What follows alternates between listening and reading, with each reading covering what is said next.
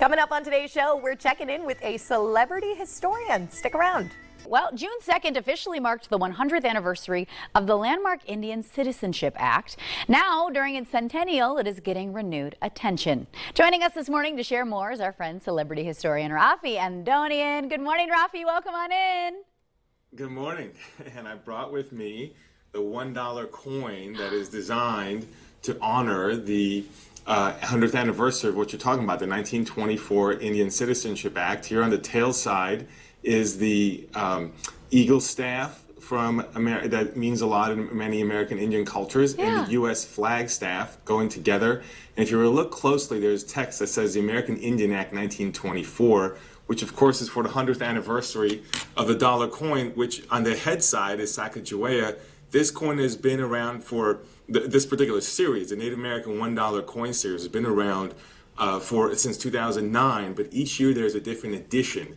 And this year for the 2024 edition is the one for the 100th anniversary for the Indian Citizenship Act that we're talking about. So really fitting that we talk about this today because it's commemorated on the money that the U.S. Mint is putting out on those gold $1 coins. And yeah, that is so special. I'm so glad you could bring that visually. I was trying to look at it in the big screen too. So just give us an overview of essentially what the Indian Citizenship Act is.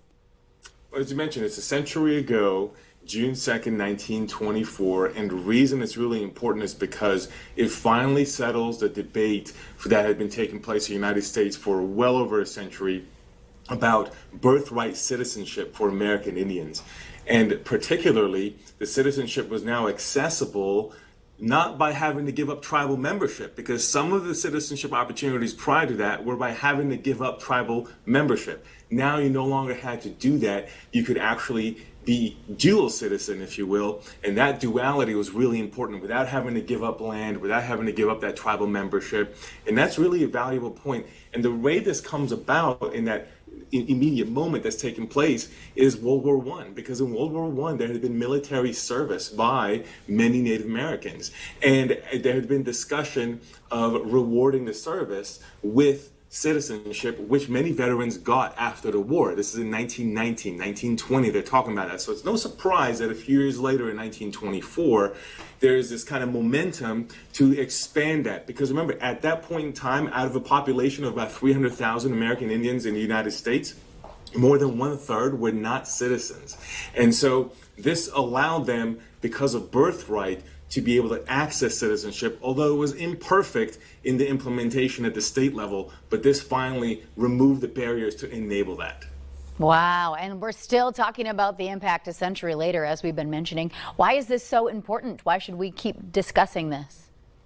Well, the reason it's important is because you think about all the implications of this, and I want to go back a little bit to kind of cover the background that leads us to kind of help us see that. So, for example, in the United States Constitution, you have a phrase that says Indians not taxed cannot be eligible for citizenship. It's in the U.S. Constitution, and that was the interpretation for some time. And then the Dred Scott case, which we know for the Dred Scott situation in American slavery, but actually in the Dred Scott case in the Supreme Court in 1857, they laid out a path that could have opened the ground for citizenship for American Indians. But the 14th Amendment, if you look at the Constitution, goes back, it is after the Civil War, the 14th Amendment goes back and says, no, Indians not taxed cannot participate in full equality in citizenship. And we usually celebrate the 14th Amendment as providing citizenship and birthright, but it specifically excluded American Indians. And so when you look at the history of the way we've been talking about it in the Constitution, and later the Dawes Act, which is very famous from the 1880s, in which you had to trade your tribal membership, and especially to get allotment of land in order to become a citizen, which meant that the communal properties that were left over were actually given away, or surplus land, as it was seen, was sold off, and that money was spent on Indian schools to help assimilate American Indians. And more than 2/3 of American Indian land was lost because of the Dawes Act in exchange for some citizenship. So when you talk about all that and you look at the impact of it today and how you can access citizenship, all the way to the United Nations in the 2000s, being able to establish what they call the Indigenous Rights Declaration, which is still in place, that borrows from this 1924 bill in being able to access citizenship and without having to give up sovereignty, which is also important.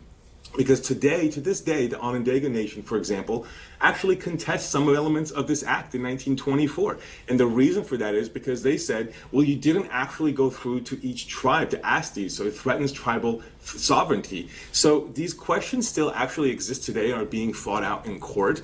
And so as a result of that, I think that when we look at this act, while it had positives today that we think of, such as the United Nations Declaration and access to citizenship without having to trade tribal membership, on the other hand, there are still challenges with it because there are questions about, does it threaten tribal sovereignty, such as what the Onondaga are pointing out. And the final point I make on this is Calvin Coolidge. You saw an image of there, and Calvin Coolidge, President Calvin Coolidge, who signed this into law, he met with the Committee of 100. And there's a very famous American Indian activist, member of Cherokee Nation, that he was working with in that Committee of 100. And what she talked about was trying to balance the duality of wanting to participate in this great nation, as she called it, while also maintaining the heritage and what she called the best part of our civilizations from the past. And so what this captures, I think, is the dual, not only citizenship in law, but the dual identity that many tribal peoples have to contend with. And that is, of course, still relevant today as it was a century ago when Ruth Muskrat, the activist I was talking about, was speaking about it to Calvin Coolidge. Oh my goodness, incredible. That was so enlightening to just listen to you just spout that off. That was so incredible. Thank you so much for joining us this morning, Raffi.